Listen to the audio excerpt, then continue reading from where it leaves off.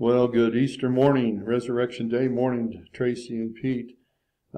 Today we're doing Let's Review on divine healing. So we're going to answer some questions. And so on Let's Review, the first question about divine healing is, in what two ways is God interested in healing people?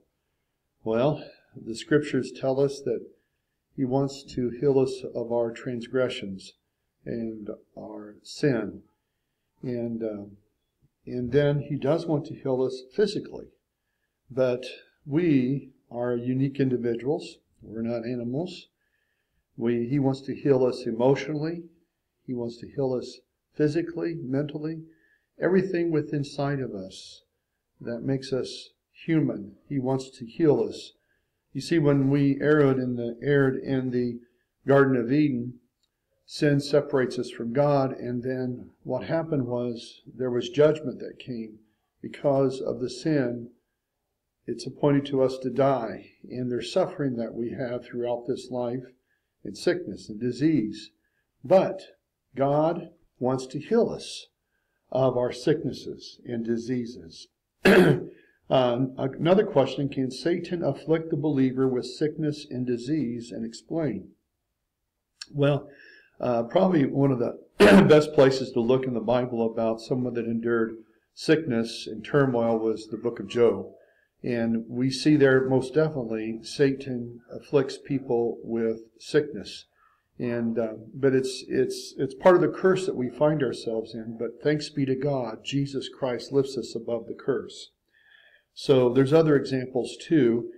And so we don't say sickness comes from God, even though it was a curse that was put upon us because we sinned. It was part of the nature that we've inherited from the sinful nature that we have. And but God wants to lift us above that curse through Jesus Christ. And today is Resurrection Day. It's Easter, and it helps us understand the beauty of it all.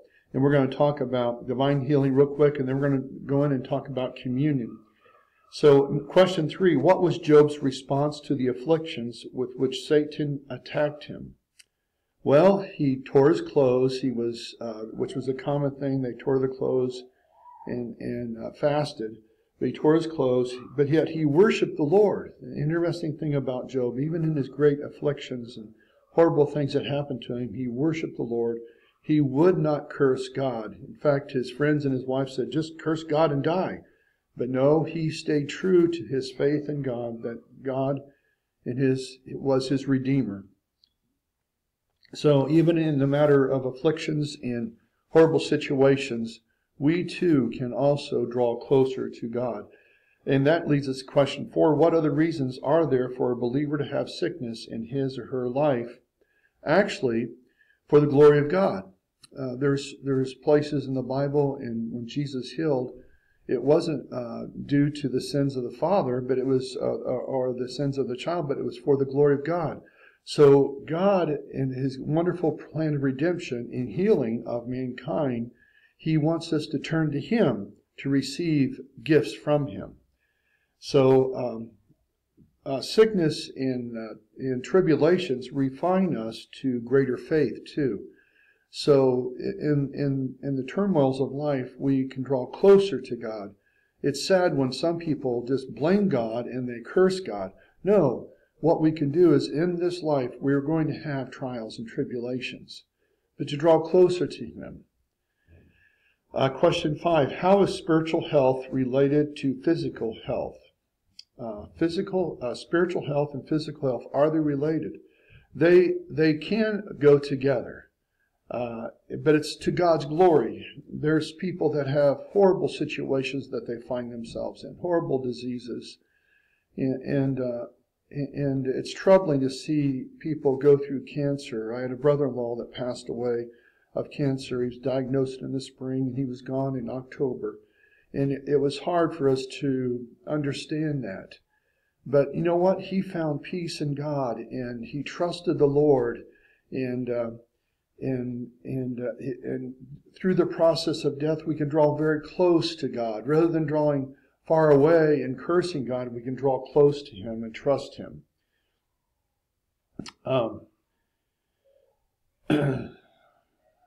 So how is spiritual health and related to physical health? When they do work together, but the ultimate healing for anyone is to leave this body that has problems, and enter into a spiritual body or into eternity. And the Bible promises there'll be no tears, there'll be no more sorrow. God will wipe away our tears in heaven. But we'll eat of the tree of life and will live forever. The Bible prophesies and tells us of the future. And the last question is, God able to heal today? Support your response with Scripture. And I have up here on our screen the prayer of faith. Is there any among you afflicted? Let him pray. This is from the book of James. Is any cheerful? Let him sing psalms. Is any sick among you? Let him call for the elders of the church and let him pray over him, anointing him with oil, which is symbolic of the Holy Spirit, anointing them with oil in the name of the Lord. And the prayer of faith will cure the sick, and the Lord will raise him up. If he has committed sins, it will be forgiven him. Confess your faults one to another and pray for one another, that you may be healed. The fervent, effectual prayer of a righteous one avails much. So we see here in the New Testament church, and we practice today, when there are people that are sick, we can call for the elders of church and other believers come together, anointing them with oil and laying hands on them and praying in faith that God will heal them. And the gifts ministry, and the gifts in 1 Corinthians chapter 12, 13, 14 talks about gifts of faith and gifts of miracles. And sometimes we need that gift of faith to believe God for a miracle. Now we're going to go to and talk about communion. And of course, Thursday was the Passover time frame, and the Last Supper that we celebrate always occurred on that Thursday before Good Friday. So we're right in the season of the Holy Week. And of course, today is Resurrection Day. And so we're going to talk about the importance of communion and how it started in the symbolism thereof. And so we're in Luke 22:8. It says the Passover with the disciples. It says, and he sent Peter and John, saying, go and prepare the Passover for us, so that we may eat. So the Jewish nation was was celebrating, commemorating, remembering the Passover. And this is the wonderful thing about the prophecies and how the Bible is seen together.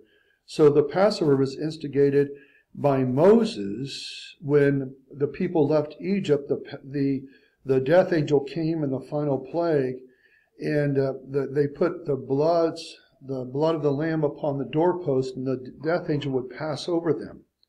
Well, you see, that's what's happened in Christianity. When Jesus came and he died on the cross, he became our Passover lamb. And the death angel, the spiritual death angel, is passing over us when we have faith in Christ. And so the story is, as we go down in Luke, that eventually they meet, institution of the Lord's Supper or communion, and that's our study today.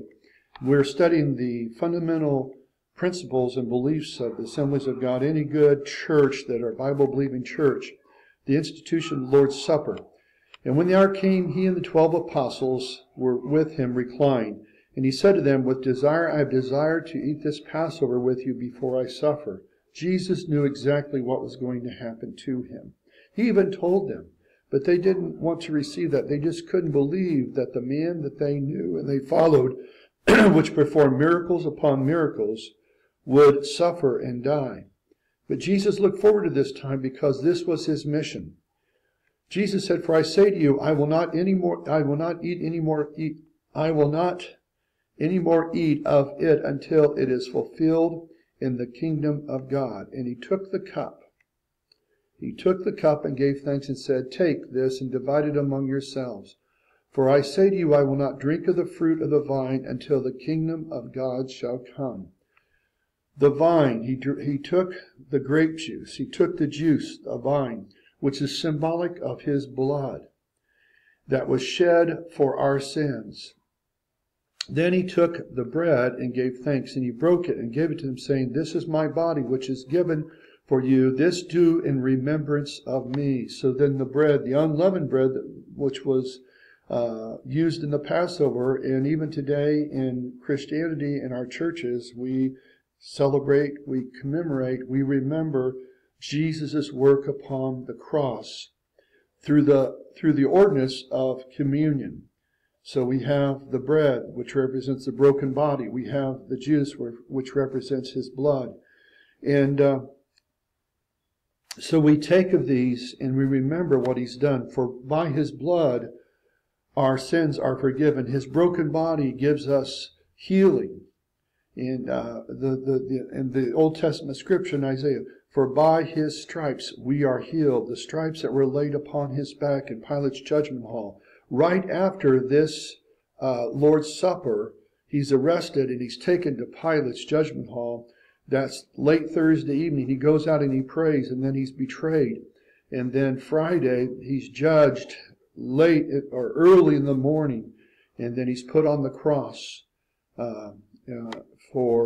during Friday, which we celebrate Good Friday. What's good about Good Friday?